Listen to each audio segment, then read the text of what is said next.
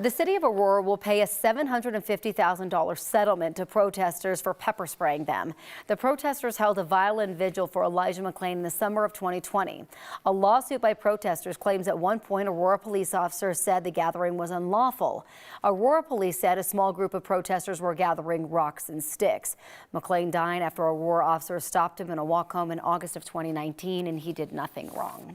We want to break down the settlement a little bit further now, and joining us to do that is our 9 News legal analyst Whitney Traylor. Whitney, good morning. Good morning. What do we know about this settlement, and did it surprise you? So what we know is that there was a $750,000 settlement. This was from a class action. There were 5 named plaintiffs, and so I don't know if there were other plaintiffs that weren't named that may be part of that settlement, but at least those 5 will get a portion of that $750,000. So that is a settlement that the city approved and that has went through. And that was for the issues related to, you may remember, the violin Yes. vigil for Elijah McClain, and it was peaceful. And the police, according to the complaint, what they said was that the police gave them less than 5 minutes to disperse. Some people didn't even hear a thing to disperse, and then they started pepper spraying immediately. And so people said, they said, look, we were peaceful and there was no need for that. The police, on the other hand, said, well, there were some agitators that weren't peaceful and we were trying to separate them out.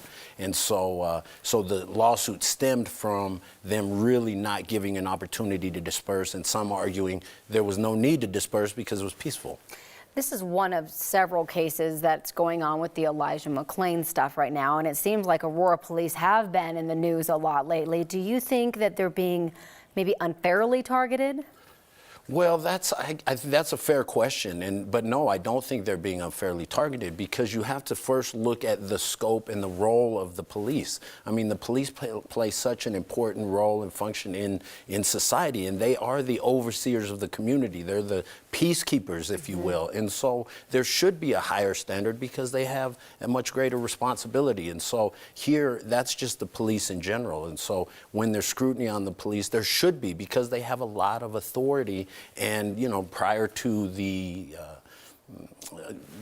video cameras becoming more popular, they had really all the control, and it was really, you know, and people believed what they were saying. Now we have some videos, but Aurora specifically, yeah, they've had a number of issues, and they have serious community relations problems, and they've had, you know, Elijah McClain, they hit the allegedly beat up the disabled woman. I mean, there's all these things one after the other, so it's a valid question, but no, I don't think they're unfairly being targeted at all. All right, well, there's a lot more to dive into on this topic.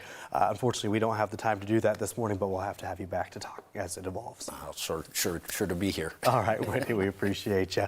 Let's get a check of your forecast now.